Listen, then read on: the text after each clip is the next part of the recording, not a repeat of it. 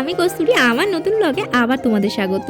First পার্টটা তো শান্তিনিকেতনে তোমরা দেখেই ফেলেছো, এটা হলো সেকেন্ড। লাল মাটির দেশে এসে একটুখানি ফুচকা টেস্ট করে দেখবো না? বেশ ভালোই ছিল ফুচকাটা খেতে। হঠাৎ দেখলাম রাস্তায় কস্তুরি বিরিয়ানি, নিজের নামের কোনো কিছু দেখলে বেশ ভালোই লাগে বলো। রুমে ফিরে রাতের ডিনার ছিল ভাত, পাঁপড়, স্যালাড, ডাল, কিছু সবজি, সাথে চিকেন। ডিনার খেয়ে ঝটপট ঘুমিয়ে পড়েছিলাম, কারণ সকাল সকাল চলে এসেছিলাম সৃজনী শিল্পগ্রামে। প্রবেশ করেই নিয়ে নিয়েছিলাম টিকিট। আর টিকিটের কেমন দাম, কটা থেকে এটা ওপেনিং, সবকিছু দেখো এখানে লেখা রয়েছে। ঢুকতেই তো দেখলাম এত সুন্দর একটা ডেকোরেশন, চারিদিকে তাকালে যেন প্রকৃতির একটা স্নিগ্ধ ছোঁয়া। প্রকৃতি প্রেমীদের কাছে এটা বেশ লোভনীয় একটি জায়গা। তবে সাথে ছিল অনেক ধরনের শিল্প, তার মধ্যে কিছু কিছু তোমাদের সাথে ক্যামেরা বন্দি করে শেয়ার করলাম। আজ তো বাড়িই চলে যাব, কিন্তু এখানটা এসে যদি সকালে না দেখতাম যাওয়ার আগে, তাহলে মনে হচ্ছিল আর কিছুই দেখিনি যেন। হ্যাঁ আমি জানি তাদের মধ্যে কিছু মানুষের মনে হতে পারে যে এতটা মাতামাতি শান্তিনিকেতন নিয়ে করার কি বা আছে, কিন্তু কি বলতো, জীবনের প্রথম যে কোনো কিছুরই একটা আলাদা এক্সাইটমেন্ট বা মাতামাতি বলতে পারো। এই যেমন আজ আমি প্রথম গেছিলাম শান্তিনিকেতন, তাই এতটা মাতামাতি করছি। হয়তো সেকেন্ড বার গেলে এতটা করবো না। হ্যাঁ, আরও অনেক ইনসিডেন্ট কিন্তু শর্টসে আপলোড করে রেখেছি, সব তো আর বড় ভিডিওতে দেওয়া সম্ভব না, তোমরা কিন্তু দেখে জানো। বাড়ি ফেরার ট্রেনে তো উঠে গেছি, দুপুরে লাঞ্চটাও সেরে নিয়েছি টুকটাক খাবার দাবার দিয়ে। আমি তো বাড়িতে চললুম। এতক্ষণ যখন আমার বকবক সহ্য করেছে, আমার এই ভিডিওটা কিন্তু অবশ্যই লাইক, কমেন্ট, শেয়ার আর চ্যানেলটা সাবস্ক্রাইব করে দিও। দেখা